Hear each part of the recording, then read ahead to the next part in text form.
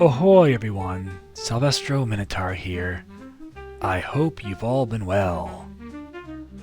For a long time now, I've wanted to make a video talking about how to best relate to your friends so that you can foster strong, trusting friendships and not fall into the fear of being unloved or being compared with other friends. Over the course of my life, I've had many friends. Some friends come and go. Sometimes relationships with friends change over time and are not the same as they used to be.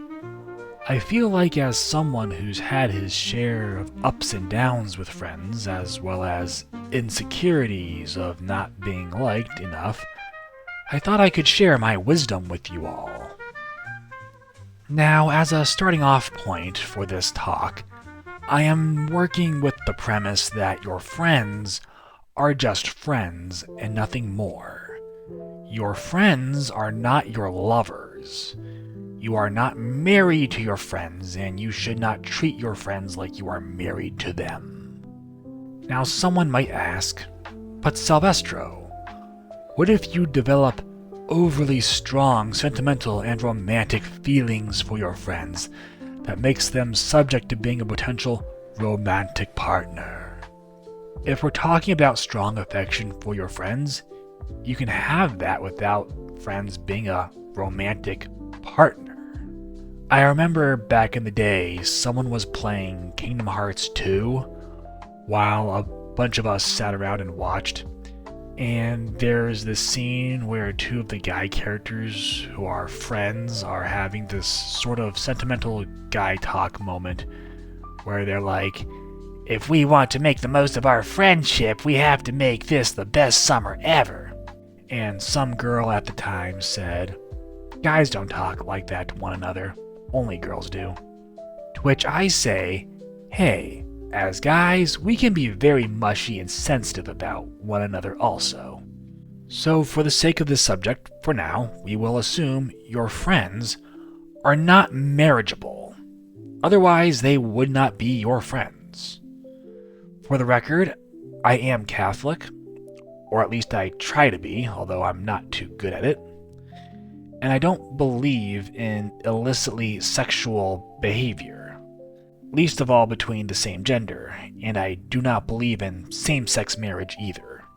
I know many listeners will find that very disagreeable, but it needs to be said for you to understand where I'm coming from. If you see your friends as marriageable or sexual prospects, then you're opening yourself up to a lot of trouble that will destroy many friendships in the long term. The two main issues I want to talk about is fear of being unloved by friends and fear of being compared with others. Fear that your friends have more intimate friendships with one another but not with you.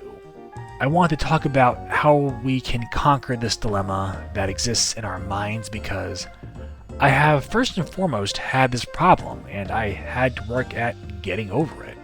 And I thought if I had this problem, then maybe some of you guys have this problem as well. So I wanted to talk about an experience I had at my very first furry convention back in 2014. Vernal Equinox in Toronto, Canada. For the record, I don't do conventions anymore. I removed them so I can broaden my horizons and move on to new things. So anyways, Vernal Equinox. I made friends online, and I was invited to stay at a hotel room with them.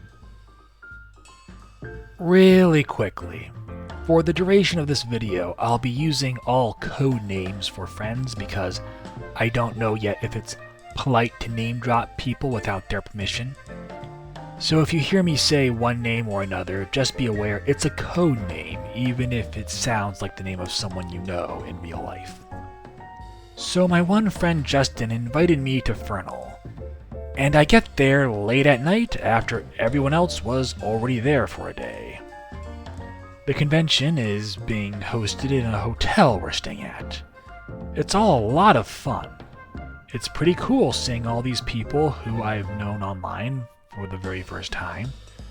The next morning when I wake up, I discover all my friends were awake and gone. I felt very sad. I was left thinking, no one woke me up? Did they all wake up together and get breakfast and left me to sleep in? Because I'm just there to pay for a quarter of the room? How dare they? I felt resentful. These were the insecurities that went through my head. So I get up and I'm getting ready so I can join the con and make the most of things, and my one friend Roger comes back into the room, and I'm like, oh, hey, Roger, where were you guys this morning? Where's Justin? And Roger says something like, oh, he was awake and gone before I even woke up. I think I saw him in the dealer's den somewhere. I just came back up here to grab something. And I was like, oh, okay. That's when I realized I imagined a huge betrayal that didn't even exist. Everyone did not get up together and single me out to sleep in. Everyone just got up at different times and went about their day as they felt like it. And I learned that's how it worked at cons. People are not going to handhold you. People are adults and don't have to tell you where they are. Everyone can't just wait on everyone. No one is getting paid money to be the leader. And then I would join the convention space and friends would say, hey Salvestro, glad to see you're up and awake. And people were happy to see me. And we would all do lunch and dinner and we'd do panels together. And as I kept going to the same convention year after year, I got better at how people went about spending their time at conventions, and the cons got more fun every year as a result. And sometimes I'd ask friends what they're up to because I wanted to be with my friends, but at the same time I had to realize that I could do what my friends were doing, but if my friends were doing something boring or having downtime, then it was up to me to make the con fun for myself. I just had to learn to not be clingy and rely on everyone else to make it fun for me. So with each convention I got better at not being clingy with friends, taking responsibility for my own satisfaction. And I learned that since we were friends, it was impossible for us to not do at least some things together while we're there. We'd still all go out to dinner most nights, and we were all still back in the hotel room each night. So to anyone who roomed with me at Vernal Equinox, I say, thank you for helping me learn how to have better friendships. It means the world to me. And this is true of everything you do in life. If you went on a trip to Europe with friends or family, then you have to know what you want to do. People are going to be splitting up and doing different things, and you can't be everywhere at once. You will miss out on something, but then people will also miss out on whatever you are doing. I've had friends who always go off and do their own thing, and I'm like, you do you, man. Now I'm going to go do my thing. And if we're friends, then we'll meet up later, or we'll be back at the hotel room at night and talk about what we did. And you can't get clingy, and you can't get anxiety, because you can't be with your friends at all times. Otherwise, you won't enjoy yourself. So at the end of the day, if you still can't get behind this philosophy because when you're out with friends, they all seem to like each other more, or if there seems to be a lack of interest in you specifically, then maybe there's a disconnect between you and others. At that point, only you can resolve that. I can't resolve that for you. If you have to start complaining and saying, why are people not talking to me more? Why are you guys doing things and not telling me? If you're at that point, then there's a problem. Maybe you don't have enough trust. Or maybe you need new friends. That's your problem at that point. A word of caution.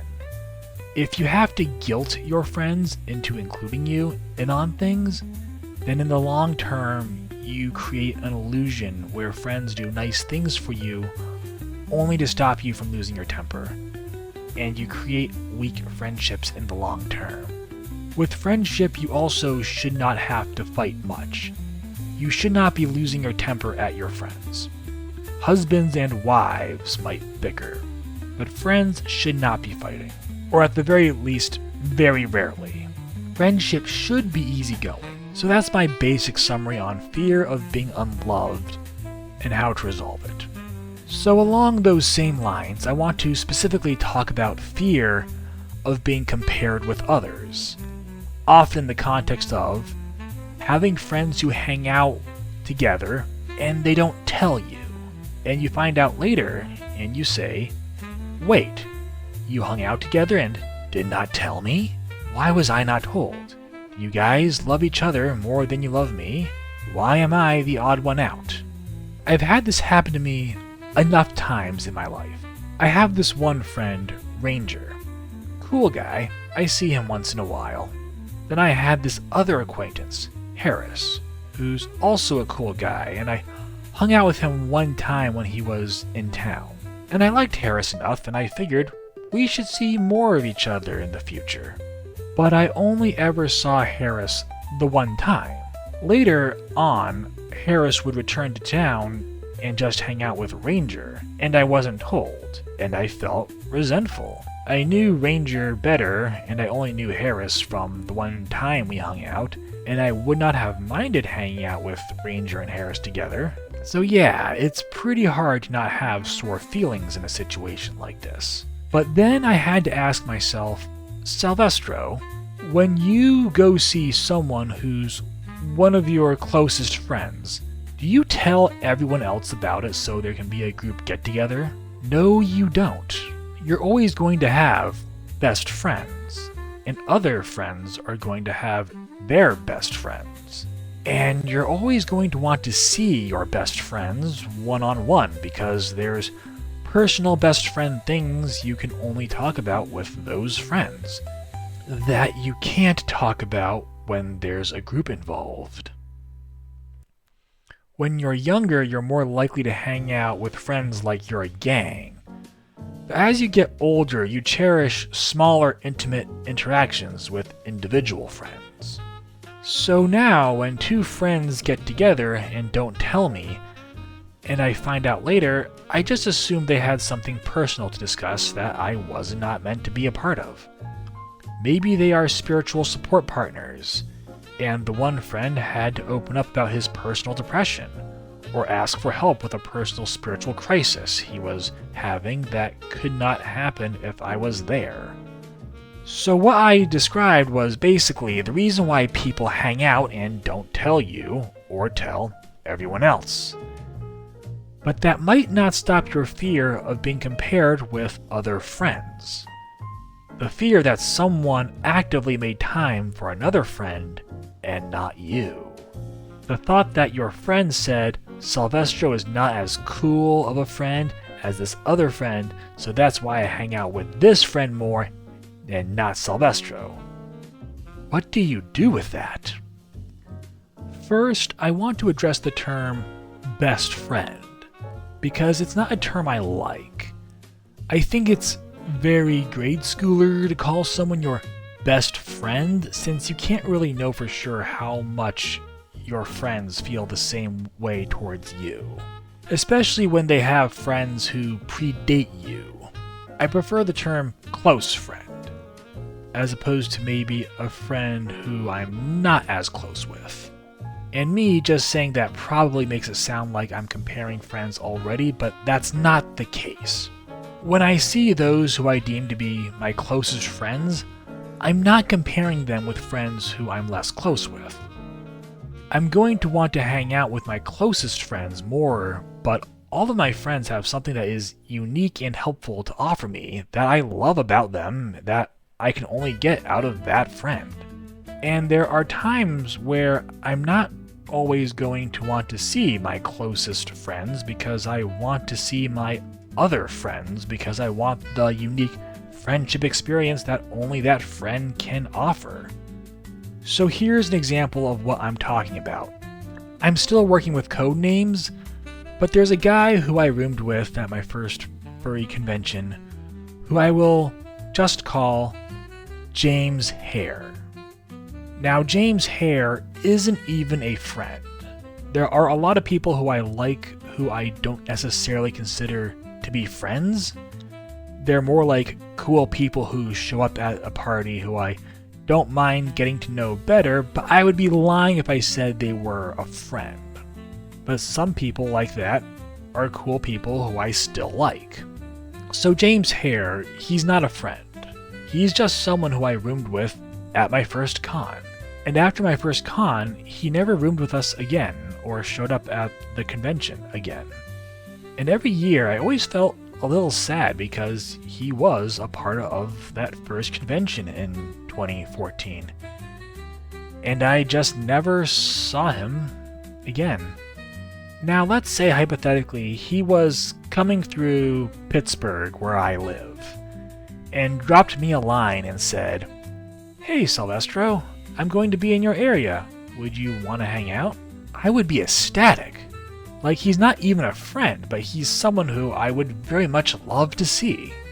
And let's say James Hare and I, got together and went out to dinner.